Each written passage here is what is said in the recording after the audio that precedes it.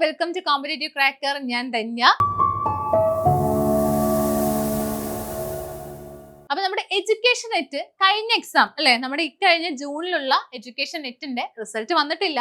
പക്ഷെ റിസൾട്ട് നമുക്കിനി ഉടനെ പ്രതീക്ഷിക്കാൻ പറ്റുമെന്ന് വെച്ചാൽ അറിയില്ല. കാരണം നമ്മുടെ നീറ്റിന്റെ ഇപ്പൊ പ്രശ്നം നടക്കുന്നത് കൊണ്ട് തന്നെ റിസൾട്ട് വൈകാൻ ചാൻസ് ഉണ്ട്. കാരണം അല്ലെങ്കിൽ എക്സാം കഴിഞ്ഞ ഒരാഴ്ചയിൽ തന്നെ പ്രൊവിഷണൽ ആൻസർ ഒക്കെ വരേണ്ടതാണ്. പക്ഷെ ഇതുവരെ ആയിട്ട് വന്നിട്ടില്ല. അത് വന്നു കഴിഞ്ഞാൽ നമുക്ക് റിസൾട്ട് എപ്പോൾ വരുന്നൊക്കെ പ്രതീക്ഷിക്കാൻ പറ്റുള്ളൂ.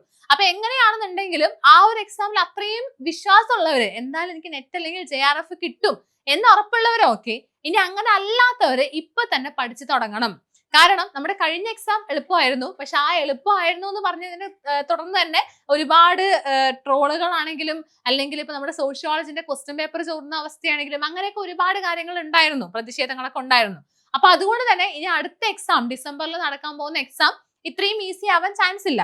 നമ്മുടെ കഴിഞ്ഞ എക്സാമില് പേപ്പർ 2 എളുപ്പമായിരുന്നു അല്ലെ. പേപ്പർ 2 എത്ര എളുപ്പമായിട്ടാണ് ക്വസ്റ്റ്യൻ വന്നേ, മറ്റേ മീനൊക്കെ ചോദിച്ചിട്ടുള്ള ക്വസ്റ്റ്യൻ ഒക്കെ ഉണ്ടായിരുന്നു. അപ്പൊ അത്രയും എളുപ്പമായിട്ടാണ് പേപ്പർ 2 ചോദിച്ചത്. പേപ്പർ 1നെ കുറിച്ച് അറിയാൻ പറ്റിയത് പഠിച്ചവർക്ക് ഈസി ആയിരുന്നു, പക്ഷെ പഠിക്കാത്തവർക്ക് ടഫ് ആയിരുന്നു എന്നുള്ള രീതിയിലാണ്. അപ്പൊ അവിടെയും നമ്മൾ അത്യാവശ്യം പഠിച്ചവർക്ക് ഈസി ആയിട്ടുള്ള രീതി ആയതുകൊണ്ട് തന്നെ ഓവറോൾ നോക്കുമ്പോൾ ഒരു ഈസി ലെവൽ ഓഫ് ക്വസ്റ്റ്യൻസ് ആയിരുന്നു നമ്മുടെ എഡ്യൂക്കേഷന് ഉണ്ടായിരുന്നത് ആണല്ലോ. അപ്പോൾ എന്തായാലും അടുത്ത തവണത്തേക്ക് നിങ്ങൾ പ്രിപ്പയർ ചെയ്യുന്ന സമയത്ത് അതിനേക്കാളും കുറച്ച് ലെവൽ കൂടിയ രീതിയിൽ പ്രിപ്പയർ ചെയ്യണം. ലെവൽ കൂടിയ ക്വസ്റ്റ്യൻസ് എക്സ്പെക്ട് ചെയ്ത് തന്നെ പഠിക്കാനായിട്ട് ശ്രമിക്കണം. സോ ഇന്നത്തെ സെഷനിൽ ഞാൻ ഡിസ്കസ് ചെയ്യാനായിട്ട് പോകുന്നത്, നമുക്കറിയാം നമ്മുടെ പേപ്പർ 2 മൊത്തം 10 യൂണിറ്റ്സ് ആണുള്ളത് അല്ലെ. 10 യൂണിറ്റ്സ് ഉണ്ട്. അതിൽ 5ാമത്തെ യൂണിറ്റ് ആണ് കരിക്കുലം സ്റ്റഡീസ് എന്നുള്ളൊരു യൂണിറ്റ് വരുന്നത്. 5ാമത്തെ യൂണിറ്റ് ആണ് കരിക്കുലം സ്റ്റഡീസ് എന്ന് പറയുന്നത്. അതിൽ തന്നെ 3ാമത്തെ മൊഡ്യൂൾ ഉണ്ട്, നമ്മുടെ കരിക്കുലം ഇവാലുവേഷനെ കുറിച്ചൊക്കെ പറയുന്ന മൊഡ്യൂൾ ഉണ്ട്. ആ മൊഡ്യൂളില് കരിക്കുലം ഇവാലുവേഷൻ എന്നുള്ളൊരു ഭാഗത്ത് നിന്നുള്ള ടൈലേഴ്സ് മോഡലിനെ കുറിച്ചാണ് ഇന്ന് ഡിസ്കസ് ചെയ്യാനായിട്ട് പോകുന്നത് കേട്ടോ. അപ്പൊ ഈ ഒരു വീഡിയോ നിങ്ങൾ സ്കിപ്പ് ചെയ്യാതെ തന്നെ കാണാനായിട്ട് ശ്രമിക്കുക. കാരണം ഏറ്റവും ഇമ്പോർട്ടന്റ് ആയിട്ടുള്ള നമ്മുടെ കരിക്കുലത്തിൽ തന്നെ ഏറ്റവും ഇമ്പോർട്ടന്റ് ആയിട്ടുള്ള ഒരു ഭാഗമാണ് നമ്മുടെ ടൈലേഴ്സ് മോഡൽ എന്ന് പറയുന്നത്. സോ അതിന്റെ ഡീറ്റെയിൽ ആയിട്ടുള്ള ഒരു ക്ലാസ് ആണ് നമ്മൾ ഇന്നത്തെ ഈ ഒരു സെഷനിൽ ഉദ്ദേശിക്കുന്നത്. സോ വീഡിയോ സ്കിപ്പ് ചെയ്യാതെ കാണാൻ, നിങ്ങൾക്ക് യൂസ്ഫുൾ ആവണമെന്നുണ്ടെങ്കിൽ ഉറപ്പായിട്ടും ഫ്രണ്ട്സിനും കൂടെ ഷെയർ ചെയ്യണം. അപ്പൊ നമ്മൾ ഇവിടെ പഠിക്കുന്ന സമയത്ത് എപ്പോഴും നമ്മൾ വാരി വിളിച്ച് പഠിക്കാതിരിക്കുക. നമ്മുടെ എഡ്യൂക്കേഷൻ്റെ എന്ന് പറയുമ്പോൾ എല്ലാവരും എംഎഡ് കഴിഞ്ഞവരാണ്. അപ്പൊ എംഎഡിൽ പഠിച്ച ഒരുപാട് കാര്യങ്ങൾ ഇവിടെ ഉണ്ട്, ഇല്ലാത്ത കാര്യങ്ങളുണ്ട്. നമ്മുടെ 9th മൊഡ്യൂൾ ഒക്കെ എടുക്കുന്ന സമയത്ത് ഇപ്പൊ പോസ്റ്റ് കോപ്പ് ആയിക്കോട്ടെ, സ്പോട്ട് അനാലിസിസ് ആയിക്കോട്ടെ, പേർട്ട് ആൻഡ് CM, അങ്ങനത്തെ കുറെ സംഭവങ്ങൾ നമുക്ക് എക്സ്ട്രാ ആയിട്ട് പഠിക്കാനുണ്ട്. പക്ഷെ ഒരു 90% അല്ലെങ്കിൽ ഒരു 85% നമ്മുടെ എംഎഡിൽ പഠിച്ച കാര്യങ്ങളാണ്. അപ്പൊ അതുകൊണ്ട് തന്നെ ഇവിടെ നമ്മൾ അത് വീണ്ടും വീണ്ടും വീണ്ടും പഠിക്കാന്നല്ല ഉദ്ദേശിക്കുന്നത്. അത് പഠിച്ചിട്ട് കാര്യമില്ല. പിന്നെ ഗ്യാപ്പ് വന്നവർക്ക് ഉറപ്പായിട്ട് പഠിക്കണം. അങ്ങനെ അല്ലാത്ത സ്റ്റുഡൻസ് മാക്സിമം ക്വസ്റ്റ്യൻസ് ആണ് ഡിസ്കസ് ചെയ്യേണ്ടത്. ഡിസ്കസ് മീൻസ് നിങ്ങൾ ക്വസ്റ്റ്യൻസ് ആണ് എന്ത് ചെയ്യേണ്ടത്, പ്രാക്ടീസ് ചെയ്യേണ്ടത്. ആൻഡ് കോൺസെപ്റ്റ് പഠിക്കുന്ന സമയത്ത് നമ്മൾ അതുപോലെ വാരി വിളിച്ച് പഠിച്ചിട്ട് കാര്യമില്ല. എംഎഡിന് എസ് എഴുതുന്ന പോലെ അല്ല നമ്മുടെ ഇവിടുത്തെ ഒബ്ജക്റ്റീവ് ടൈപ്പ് ക്വസ്റ്റ്യൻസ് ആൻസർ ചെയ്യേണ്ടത്. അപ്പൊ പോയിന്റ് ആയിട്ട് പഠിക്കുക. ഓക്കെ, ഓരോന്ന് പഠിക്കുമ്പോഴും അതിൽ കൃത്യമായിട്ട് നിങ്ങൾ എന്ത് ചെയ്യുക, ഓരോ ഇമ്പോർട്ടന്റ് ആയിട്ടുള്ള കാര്യങ്ങൾ കണ്ടോ. ഇവിടെ ഞാൻ ഭയങ്കര ഷോർട്ട് ആയിട്ടാണ് തന്നിരിക്കുന്നത്. ആവശ്യമുള്ള കാര്യങ്ങൾ മാത്രമേ തന്നിട്ടുള്ളൂ. ഇതുവരെ ചോദിച്ച എക്സാം ക്വസ്റ്റ്യൻ പേപ്പേഴ്സ് അനലൈസ് ചെയ്തുകൊണ്ട് എന്തൊക്കെ കാര്യങ്ങളാണ് പഠിക്കേണ്ടത് എന്നതിനെ ബേസ് ചെയ്തിട്ടാണ് ഇവിടെ എന്ത് ചെയ്തിരിക്കുന്നത്, ഓരോ പോയിന്റ് വൈസ് ആയിട്ട് തന്നിരിക്കുന്നത്. സോ ആ ഒരു രീതിയിൽ നിങ്ങൾ പഠിക്കാനായിട്ട് ശ്രമിക്കുക. ഓക്കെ ആണല്ലോ. സോ ടൈലേഴ്സ് മോഡൽ എന്ന് പറയുമ്പോൾ ഏറ്റവും കൂടുതൽ ക്വസ്റ്റ്യൻ വന്നിരിക്കുന്നത്, ഇതൊരു ഒബ്ജക്റ്റീവ് ബേസ്ഡ് മോഡലാണ്. അതായത് ഇവിടെ ആ ലക്ഷ്യങ്ങൾക്കാണ് ഇമ്പോർട്ടൻസ് കൊടുക്കുന്നത്. ടൈലേഴ്സ് മോഡലിൽ ആ ലക്ഷ്യങ്ങൾക്കാണ് അല്ലെങ്കിൽ ഗോളിനാണ് ഇമ്പോർട്ടൻസ് കൊടുക്കുന്നത്. സോ കരിക്കുലം ഇവാലുവേഷൻ മോഡലാണല്ലോ. അപ്പൊ കരിക്കുലം പ്രിപ്പയർ ചെയ്യുന്നതിന് മുൻപ് തന്നെ കൃത്യമായിട്ടുള്ള ഒരു ലക്ഷ്യം, ഒരു ഒബ്ജക്റ്റീവ് അവിടെ സെറ്റ് ചെയ്യുന്നുണ്ട്. സോ അതിനനുസരിച്ച് എന്ത് ചെയ്യുന്നു, ടീച്ചേഴ്സ് പഠിപ്പിക്കുന്നു. അതിനനുസരിച്ച് കുട്ടികൾക്ക് ലേണിംഗ് ഔട്ട്കംസ് ഒബ്റ്റെയിൻ ചെയ്യാൻ പറ്റിയിട്ടുണ്ടോ എന്നൊക്കെ ചെക്ക് ചെയ്യുന്നു. അപ്പൊ ഇവിടുത്തെ മേജർ അഡ്വാൻറ്റേജ് ആക്ച്വലി അത് തന്നെയാണ്. അതായത് ഇവിടെ കരിക്കുലം പ്രിപ്പയർ ചെയ്യുന്ന സമയത്ത് കൃത്യമായിട്ടുള്ള ഒബ്ജക്റ്റീവ് ഉണ്ട്. സോ അതിനനുസരിച്ച് ടീച്ചേഴ്സിന് പഠിപ്പിക്കാൻ പറ്റും, അതിനനുസരിച്ച് ഇവാലുവേറ്റ് ചെയ്യാൻ പറ്റും, അതിനനുസരിച്ച് കുട്ടികളുടെ നിലവാരം മനസ്സിലാക്കാനായിട്ട് സാധിക്കും. അത് ഇവിടുത്തെ ഏറ്റവും വലിയൊരു അഡ്വാൻറ്റേജ് ആണ്.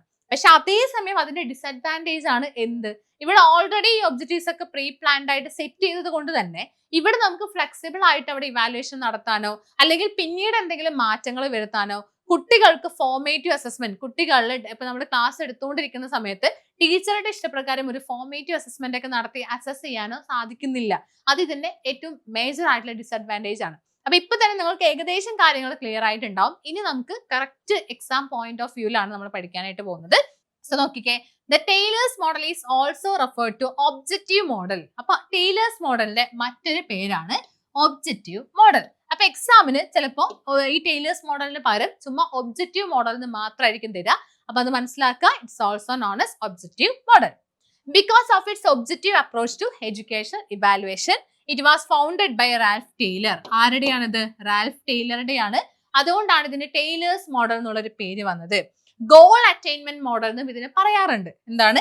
ഗോൾ അറ്റൈൻമെന്റ് മോഡൽ എന്നും ഇതിനെ പറയാറുണ്ട്. അപ്പൊ ഏതൊക്കെയാണ് നമ്മൾ പഠിച്ചത്? ഒബ്ജക്റ്റീവ് മോഡൽ എന്ന് പറയും. റാൽഫ് ടൈലർ ആണ് ഇതിന്റെ ഫൗണ്ടർ എന്ന് പറയുന്നത് റാൽഫ് ടൈലർ ആണ്. ഗോൾ അറ്റൈൻമെന്റ് മോഡൽ എന്നും ഇതിനെ പറയാറുണ്ട്. ഓക്കെ ആണല്ലോ. അപ്പൊ ഇത്രയും കാര്യങ്ങൾ ഇതിൽ നിന്ന് തന്നെ നമുക്ക് കുറെ കാര്യങ്ങൾ അറിയാൻ പറ്റി. ഇനി അടുത്തത് Tyler's approach moved rationally and systematically through the several related steps. ഇവിടെ സ്റ്റെപ്സ് ഉണ്ട്. ഇവിടെ ഒരു 4 കാര്യങ്ങൾ പറയുന്നുണ്ട്, 4 സ്റ്റെപ്സ് പറയുന്നുണ്ട്. സോ ഇതെല്ലാം അത് ഞാൻ പറയാം. ആ 4 സ്റ്റെപ്സ് നമ്മൾ പഠിച്ചു വെക്കേണ്ട കാര്യങ്ങളാണ്. അതും ഒരുപാട് തവണ എക്സാമിന് വന്നിട്ടുണ്ട്. ആ 4 സ്റ്റെപ്സ് ചോദിക്കാം, അല്ലെങ്കിൽ 4 ക്വസ്റ്റ്യൻസ്. ഇവിടെ റാൽഫ് ടൈലർ ക്വസ്റ്റ്യൻസിലൂടെയാണ് ആ സ്റ്റെപ്സ് പറയുന്നത്, എന്തൊക്കെ കാര്യങ്ങളാണെന്ന് പറയുന്നത്. സോ ഒന്നില്ലെങ്കിൽ സ്റ്റെപ്സ് ആയിരിക്കും ചോദിക്കുക, അല്ലെങ്കിൽ ആ 4 ക്വസ്റ്റ്യൻസ് ആയിരിക്കും ചോദിക്കുന്നത്. ബ്രോഡർ വ്യൂ ടു സ്പെസിഫിക് ആണ്. ഇവിടെ എങ്ങനെയാണ്? ബ്രോഡർ വ്യൂവിൽ നിന്നും സ്പെസിഫിക് ആയിട്ടുള്ള ഒരു വ്യൂയിലോട്ട് പോകുന്നു എന്നുള്ളതാണ്. ഇതൊക്കെ ഇമ്പോർട്ടന്റ് ആണ്. ബ്രോഡർ വ്യൂ ടു സ്പെസിഫിക് അല്ലെ? ബ്രോഡർ വ്യൂ ടു സ്പെസിഫിക്, അതായത് ഗോൾ എന്ന് പറയുമ്പോൾ വലിയൊരു ലക്ഷ്യം, അതിൽ നിന്നും ചെറിയൊരു കാര്യത്തിലോട്ട് പോകുന്നു. This model was developed by Ralph Tyler in 1949 and has been widely used in curriculum development and evaluation. So എപ്പോഴാണ് ഡെവലപ്പ് ചെയ്തത്? 1949ലാണ്. അപ്പൊ ഇതും നമ്മുടെ നെറ്റ് ആയതുകൊണ്ട് തന്നെ വലിയ രീതിയിൽ നിങ്ങൾ പഠിക്കണം, കുറച്ച് ലെവൽ കൂടിയ രീതിയിൽ പഠിക്കണം. ഇതിപ്പോ ഒരു സെറ്റ് എക്സാമിന് ചോദിക്കുകയാണെങ്കിൽ ചിലപ്പോൾ ഇയർ ഒന്നും ചോദിക്കണമെന്നില്ല. പക്ഷെ നെറ്റ് എക്സാം ആയതുകൊണ്ട് ചിലപ്പോൾ ഇയർ ആയിരിക്കും അവിടെ ചോദിക്കുന്നത്. കാരണം റാൽഫ് ടൈലർ എന്നുള്ള പേര് ചിലപ്പോൾ എല്ലാവർക്കും അറിയാം, അപ്പൊ അത് അവിടെ ചോദിക്കില്ല, ഇയർ ആയിരിക്കും ചിലപ്പോൾ ചോദിക്കുന്നത്. സോ ആ ഇയറും ഒന്ന് പഠിച്ചു വെക്കണം. അടുത്തത് കണ്ടോ, ഇതാണ് നമ്മൾ നേരത്തെ പറഞ്ഞ 4 മേജർ പാർട്സ്. അതായത് the Tyler model is comprised of 4 major parts in the linear framework. These are 4 point നന്നായിട്ട് പഠിക്കണം കേട്ടോ. ഒന്നാമത്തെ സെലക്ഷൻ ഓഫ് എഡ്യൂക്കേഷണൽ പേർപ്പസസ് അല്ലെ? സെലക്ഷൻ ഓഫ് എഡ്യൂക്കേഷണൽ പേർപ്പസസ്, അതായത് ഒബ്ജക്റ്റീവ് തന്നെയാണ് അവിടെ പറയുന്നത്. ആദ്യം നമ്മൾ ഒബ്ജക്റ്റീവ് സെറ്റ് ചെയ്യുന്നു. എന്താണ് നമ്മുടെ ഒബ്ജക്റ്റീവ്, അല്ലെങ്കിൽ എന്താണ് നമ്മുടെ ഗോൾ എന്നുള്ളത് സെറ്റ് ചെയ്യുന്നു. So selection of educational purpose എന്ന് പറയുന്നത് ഒന്നില്ലെങ്കിൽ ഗോൾ ആവാം, അല്ലെങ്കിൽ ഒബ്ജക്റ്റീവ്സ്. അതാണ് ഫസ്റ്റ് വൺ എന്ന് പറയുന്നത്. രണ്ടാമത്തെ step selection of learning experiences അല്ലെ? സെലക്ഷൻ ഓഫ് ലേണിംഗ് എക്സ്പീരിയൻസ് ആണ് രണ്ടാമത്തെ. So first one selection of educational purpose, രണ്ടാമത്തെ സെലക്ഷൻ ഓഫ് ലേണിംഗ് എക്സ്പീരിയൻസസ്, മൂന്നാമത്തെ ഓർഗനൈസിംഗ് ഓഫ് ലേണിംഗ് എക്സ്പീരിയൻസസ്. അതായത് ഏത് മെത്തേഡാണ് ചൂസ് ചെയ്യേണ്ടത്, എങ്ങനെയാണ് അതിനെ കുട്ടികളിലോട്ട് എത്തിക്കേണ്ടത്, അതാണ് organisation of learning experiences. And നാലാമത്തെ evaluation of learning experiences. So ഈ 4 കാര്യങ്ങളാണ് selection of educational purposes, selection of learning experiences, organisation of learning experiences, evaluation of learning experiences. Okay ആണല്ലോ. ഇനി നോക്കിക്കേ, curriculum evaluation model considers 3 primary source of curriculum. അതും എക്സാമിന് ചോദിച്ചിട്ടുണ്ട്. ഇത് എക്സാമിന് എങ്ങനെ ചോദിക്കാന്ന് വെച്ചാൽ ഒരു സ്റ്റേറ്റ്മെന്റ് ടൈപ്പ് ആയിട്ടായിരിക്കും. ഇത് നമ്മൾ വായിക്കുന്ന സമയത്ത് നമുക്ക് പെട്ടെന്ന് കിട്ടും അല്ലെ? Curriculum evaluation model consider 3 primary sources, student, society and subject matter. ഇതിപ്പോ എന്തത്ര കൺഫ്യൂഷൻ ആവാനുള്ളത്? ഇത് ഈസി അല്ലേ എന്ന് വിചാരിക്കും. പക്ഷെ ഓപ്ഷൻ കാണുമ്പോൾ നമുക്ക് അത്ര ഈസി ആയിരിക്കില്ല. നമ്മുടെ നെറ്റിന്റെ പ്രധാന ഒരു നമ്മളെ കുഴപ്പിക്കുന്ന രീതി എന്ന് പറയുന്നത് ഈ ഓപ്ഷൻസ് തന്നെയാണ്. അല്ലാതെ ക്വസ്റ്റ്യൻ സിമ്പിൾ ആയിരിക്കും, ആൻസറും നമുക്ക് സിമ്പിൾ ആയിട്ട് കിട്ടും എന്ന് നമ്മൾ വിചാരിക്കും. പക്ഷെ ഓപ്ഷൻസ് കാണുമ്പോൾ നമുക്ക് കൺഫ്യൂസ്ഡ് ആവും. So student, society and subject matter, അത് 3 ആണ്. Students, society and subject matter are the 3 primary source of curriculum. ഇതാണ് നമ്മുടെ കരിക്കുലത്തിന്റെ 3 പ്രൈമറി സോഴ്സസ്. സ്റ്റുഡൻസ് ഒരു പ്രൈമറി സോഴ്സ് ആണ്, സൊസൈറ്റി ഒരു പ്രൈമറി സോഴ്സ് ആണ്, നമ്മൾ പഠിപ്പിക്കുന്ന മാറ്റർ, സബ്ജക്ട് മാറ്റർ ഒരു പ്രൈമറി സോഴ്സ് ആണ്. ഓക്കെ, ഇനി ഞാൻ നേരത്തെ പറഞ്ഞ ക്വസ്റ്റ്യൻ ആണ്. ക്വസ്റ്റ്യൻ നോക്കിക്കേ. Tyler argued that 4 questions must be answered in developing any curriculum plan of instruction. അതായത് ഏത് കരിക്കുലം നമ്മൾ പ്രിപ്പയർ ചെയ്യുമ്പോഴും ഈ 4 ക്വസ്റ്റ്യൻസിന് ആൻസർ കിട്ടുന്ന രീതിയിൽ വേണം പ്രിപ്പയർ ചെയ്യാനായിട്ട് എന്നും ടൈലർ പറഞ്ഞിട്ടുണ്ട്. 4 ക്വസ്റ്റ്യൻസ് ഉണ്ട്. ആ 4 ക്വസ്റ്റ്യൻസിനും ആൻസർ ചെയ്യുന്ന രീതിയിൽ വേണം നമ്മൾ എന്ത് ചെയ്യാനായിട്ട്, ഒരു കരിക്കുലം പ്ലാൻ ചെയ്യാനായിട്ട്, അല്ലെങ്കിൽ അതിനെ ഡെവലപ്പ് ചെയ്യാനായിട്ട്.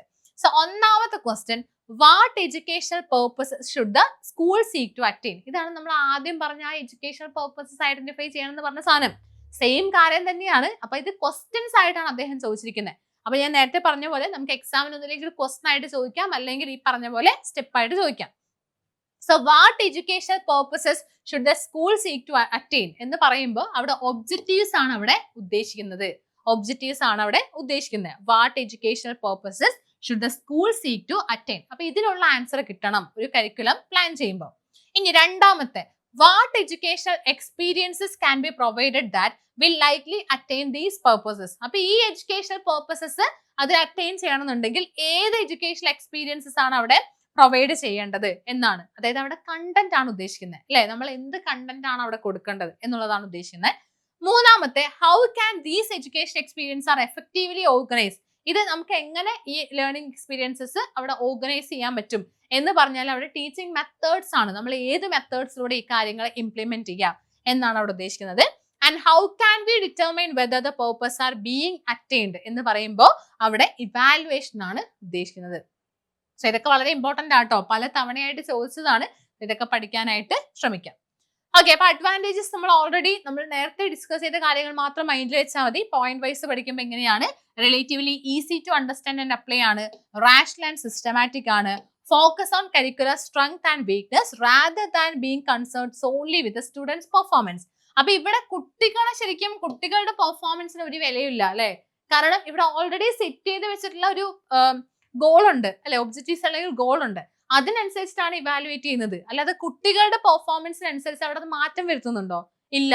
അപ്പൊ അത് അതിന്റെ ഒരു ഡിസഡ്വാൻറ്റേജ് ആയിട്ട് പറയാം. ശരിക്കും അതിന്റെ ഒരു ഡിസഡ്വാൻറ്റേജ് ആണ്. പക്ഷെ ഇവിടെ അഡ്വാൻറ്റേജ് ആയിട്ട് പറയുമ്പോൾ focus on curricular strength and weakness ഉള്ളത് പറയുന്നുണ്ട്. പക്ഷെ ഇതിന്റെ ശരിക്കും മേജർ ഡിസഡ്വാൻറ്റേജ് ആണ് നമ്മൾ ഇപ്പോഴത്തെ കാര്യം നോക്കുന്ന സമയത്ത്.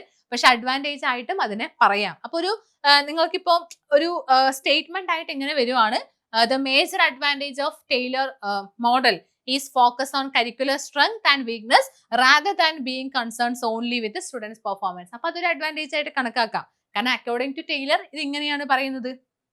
അവിടെ കരിക്കുലത്തിന്റെ സ്ട്രെങ്ത്തും വീക്ക്നെസ്സിനെയാണ് കൂടുതലായിട്ട് നോക്കുന്നത് എന്ന് പറയുമ്പോൾ അത് നല്ലതാണ്. പക്ഷെ നമ്മുടെ ഇപ്പോഴത്തെ കൺസ്ട്രക്റ്റീവ് സിസ്റ്റത്തിലൊക്കെ കുട്ടികൾക്കാണ് ഇമ്പോർട്ടൻസ് കൊടുക്കുന്നതെന്ന് മാത്രം. ഇനി emphasise the importance of a continuing cycle of assessment, analysis and improvement. അതും അതിനൊരു അഡ്വാൻറ്റേജ് ആണ്. ഓക്കെ ആണല്ലോ. ഇനി ഡിസഡ്വാൻറ്റേജസ് എന്ന് പറയുമ്പോൾ it does not suggest how the objectives themselves should be evaluated. ഇത് എങ്ങനെ ഇതിനെ ഇവാലുവേറ്റ് ചെയ്യുന്നുള്ളൊരു കാര്യം ഇതിൽ പറയുന്നില്ല. അതുപോലെ തന്നെ it does not provide the standards or suggest how standard should be develop. അതും അതിൽ പറയുന്നില്ല. അപ്പൊ അതും ജസ്റ്റ് ഒന്ന് നോക്കി വെക്കുക എന്നുള്ളതാണ്. ഇനി നോക്കിക്കേ, it emphasise on the prior statement of objectives may restrict the creativity in curriculum development and it seems to place the undue emphasise on the pre-assessment and post-assessment, ignoring completely the need for formative assessment. ഇതാണ് ഞാൻ നേരത്തെ പറഞ്ഞ കാര്യം. അതായത് ഇവിടെ formative അസസ്മെന്റിന് ഒരു വിലയും കൊടുക്കുന്നില്ല, അല്ലെ? അതായത് ഗോൾ ഓൾറെഡി സെറ്റ് ചെയ്തുകൊണ്ട് തന്നെ ഇവിടെ ഫോർമേറ്റീവ് അസസ്മെന്റിന് ഒരു വിലയും കൊടുക്കുന്നില്ല. പക്ഷെ അതാണ് ശരിക്കും കുട്ടികളുടെ ക്രിയേറ്റിവിറ്റി ഒക്കെ എൻഹാൻസ് ചെയ്യാനും അല്ലെങ്കിൽ അവരുടെ ഫീഡ്ബാക്ക് അവർ ചെയ്യുന്നത് ശരിയാണോ അല്ലെങ്കിൽ അവർക്ക് കറക്റ്റ് ആയിട്ട് ഫീഡ്ബാക്ക് കിട്ടാനായിട്ട് യൂസ്ഫുൾ ആണ് നമ്മുടെ ഫോർമേറ്റീവ് അസസ്മെന്റ് എന്ന് പറയുന്നത്. പക്ഷെ അതിനിവിടെ പ്രസക്തി ഇല്ല എന്നുള്ള കാര്യം മനസ്സിലാക്കാം. സോ ഈ ഒരു ക്വസ്റ്റ്യൻ നമ്മുടെ ഡിസംബർ 2022 ഷിഫ്റ്റ് 2 ചോദിച്ചൊരു ക്വസ്റ്റ്യൻ ആണ്. ഓക്കെ, ഡിസംബർ 2022 ഷിഫ്റ്റ് 2 ചോദിച്ചൊരു ക്വസ്റ്റ്യൻ ആണ്. ഇത് ചെയ്യാൻ പറ്റുന്നുണ്ടോ നോക്കിക്കേ. What are the 4 basic questions raised by Ralph Tyler for curriculum planning? നമ്മളിപ്പോ പറഞ്ഞു തന്നെയാണ്. What educational goals are to be attained? What instructional materials are needed for attaining these goals? How the methods and strategies are to be organized? How will attainment of goals to be evaluated? What learning experience are to be provided for attaining these goals? സ്വന്തമായിട്ടൊന്ന് answer ചെയ്യാനായിട്ട് ശ്രമിക്കുക. A ഇതാണ്, B ഇതാണ്, C, D and E, ഇത്രയും കാര്യങ്ങളുണ്ട്. Okay, അപ്പൊ ഇതാണ് നമ്മുടെ ഓപ്ഷൻസ് ആയിട്ട് വരുന്നത്. A, B, C and D only ഉണ്ട്, A, C, D and E only ഉണ്ട്, C, D, E and B, A, B, D and E. അപ്പൊ 4 ആണ്. അപ്പൊ അതിൽ ഒരെണ്ണം നമുക്ക് എന്ത് ചെയ്യണം? എലിമിനേറ്റ് ചെയ്യണം. അപ്പൊ ഇവിടെ വാട്ട് എഡ്യൂക്കേഷണൽ ഗോൾസ് ഉള്ളത് ഉണ്ട്, അല്ലെ? അതുണ്ട്. വാട്ട് ഇൻസ്ട്രക്ഷണൽ മെറ്റീരിയൽസ്, ആ ഇൻസ്ട്രക്ഷണൽ മെറ്റീരിയൽസിന്റെ കാര്യം ഇവിടെ പറയുന്നുണ്ടോ? മെറ്റീരിയൽസിന്റെ കാര്യം ഇവിടെ പറയുന്നുണ്ടോ? ഇല്ല. സോ ബി ആണ് ഇല്ലാത്തത്, ബാക്കി എല്ലാം വരുന്നുണ്ട്, അല്ലെ? സി വരുന്നുണ്ട്, ഡി വരുന്നുണ്ട്, ഇ വരുന്നുണ്ട്. സോ ബി ഒഴികെയുള്ള ബാക്കിയെല്ലാം എന്ന് പറയുമ്പോൾ option 2 A, C, D and E only എന്ന് പറയുന്ന ഓപ്ഷൻ 2 ആണ് ഇവിടുത്തെ കറക്റ്റ് ആയിട്ടുള്ള ആൻസർ എന്ന് പറയുന്നത്. ക്ലിയർ ആയല്ലോ? ഓപ്ഷൻ 2 ആണ് ഇവിടുത്തെ റൈറ്റ് ആൻസർ. ഇനി അടുത്ത ക്വസ്റ്റ്യൻ അഗെയിൻ നമ്മുടെ ഡിസംബർ 2022 തന്നെ ഷിഫ്റ്റ് 2 ചോദിച്ച മറ്റൊരു ക്വസ്റ്റ്യൻ ആണ്. Which of the following is a basic principle suggested by Tyler? എന്താണ് basic principle? Determine the teachers purposes, identify the educational experiences related to those purposes, ascertain how the experience are organized, evaluate the purpose. ഇതും ആ ഒരു step അല്ലേ, ഇതും ആ ഒരു സ്റ്റെപ്പാണ്.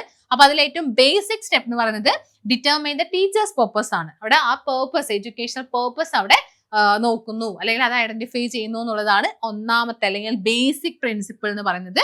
So option 1 ആണ് ഇവിടുത്തെ കറക്റ്റ് ആയിട്ടുള്ള ആൻസർ എന്ന് പറയുന്നത്. ഓപ്ഷൻ 1 ആണ്. ഓക്കെ, അപ്പോ നമ്മുടെ കരിക്കുലം മോഡൽ തന്നെ ഏറ്റവും ഇമ്പോർട്ടന്റ് ആയിട്ടുള്ള ഒരു ടോപ്പിക് ആണ് നമ്മളിവിടെ ഡിസ്കസ് ചെയ്തത്, ടൈലേഴ്സ് മോഡൽ എന്നുള്ളതാണ്. അപ്പൊ അത് നന്നായിട്ട് തന്നെ പഠിക്കാനായിട്ട് ശ്രമിക്കുക. സോ ഇനിയുള്ള ദിവസങ്ങളിൽ നിങ്ങൾ അത്രയും ഡീപ്പായിട്ട് നിങ്ങൾക്ക് പഠിക്കാനുള്ള ഒരു സമയമുണ്ട്. കാരണം ഡിസംബറിലാണ് ഇനി അടുത്ത എക്സാം വരുന്നത്. ഇതിന്റെ റിസൾട്ട് ഒന്നും വന്നിട്ടില്ല. പക്ഷെ റിസൾട്ട് വന്നിട്ട് പഠിക്കാമെന്ന് വിചാരിക്കരുത്. കാരണം ഇപ്പൊ ഈ ഒരു നീറ്റിന്റെ ഒരു ഇഷ്യൂ ആയതുകൊണ്ട് റിസൾട്ട് വരാൻ വൈകുമായിരിക്കും. പക്ഷെ അടുത്ത എക്സാമിന് അധികം വൈകില്ല. അടുത്ത എക്സാം എന്തായാലും ഡിസംബർ അല്ലെങ്കിൽ ജനുവരിയിൽ നമുക്ക് പ്രതീക്ഷിക്കാം. അപ്പൊ അതുകൊണ്ട് തന്നെ ഡിസംബർ അല്ലെങ്കിൽ ജനുവരി എന്ന് പറയാനില്ല, ഡിസംബറിൽ തന്നെ പ്രതീക്ഷിക്കാം. അപ്പൊ അതുകൊണ്ട് തന്നെ ഇതെല്ലാം ഇഷ്യൂസ് ഒക്കെ കഴിയട്ടെ എന്നിട്ട് ഞാൻ പഠിക്കാനൊന്നും വിചാരിക്കരുത്. പഠിക്കേണ്ടവരൊക്കെ പഠിക്കും, നമ്മൾ അതൊക്കെ നോക്കിയിരിക്കുന്നു മാത്രമേ ഉള്ളൂ. അപ്പൊ നന്നായിട്ട് തന്നെ പഠിക്കാനായിട്ട് ശ്രമിക്കുക. എന്തെങ്കിലും ഡൗട്ടോ കാര്യങ്ങളോ ഉണ്ടെങ്കിൽ അല്ലെങ്കിൽ സജഷൻസ് ഉണ്ടെങ്കിൽ ഉറപ്പായിട്ട് നിങ്ങൾക്ക് വീഡിയോന് താഴെ തന്നെ കമന്റ് ചെയ്യാവുന്നതാണ്. സോ ഈ ഒരു വീഡിയോ നിങ്ങൾക്ക് ഇഷ്ടമായെങ്കിൽ നിങ്ങൾ ഉറപ്പായിട്ടും അതും കൂടെ കമന്റ് ചെയ്യണം. ആൻഡ് നിങ്ങളുടെ ഫ്രണ്ട്സിനും കൂടെ ഒന്ന് ഷെയർ ചെയ്ത് കൊടുക്കുക.